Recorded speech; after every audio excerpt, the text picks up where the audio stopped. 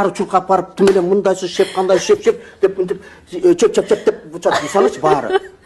Анан эми ал жерде баягы кандай десем, аларды согуш эмес, мени согуш да. Мыйзам ошол тиги Нариманды согуш. Анан Нариманды тиги мен барып мындай эле кандай десем, мен эч качан ийинбейм.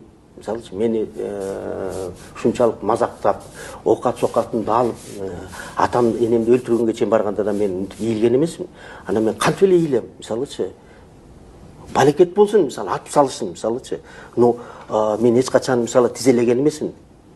Бир саясатчы айтты эле го, мисалычы тиги айтпай эле коеюн, мен антип эч качан кылган эмесмин. Мен Татынакайга барып саламдаштым, саламатсызбы дедим.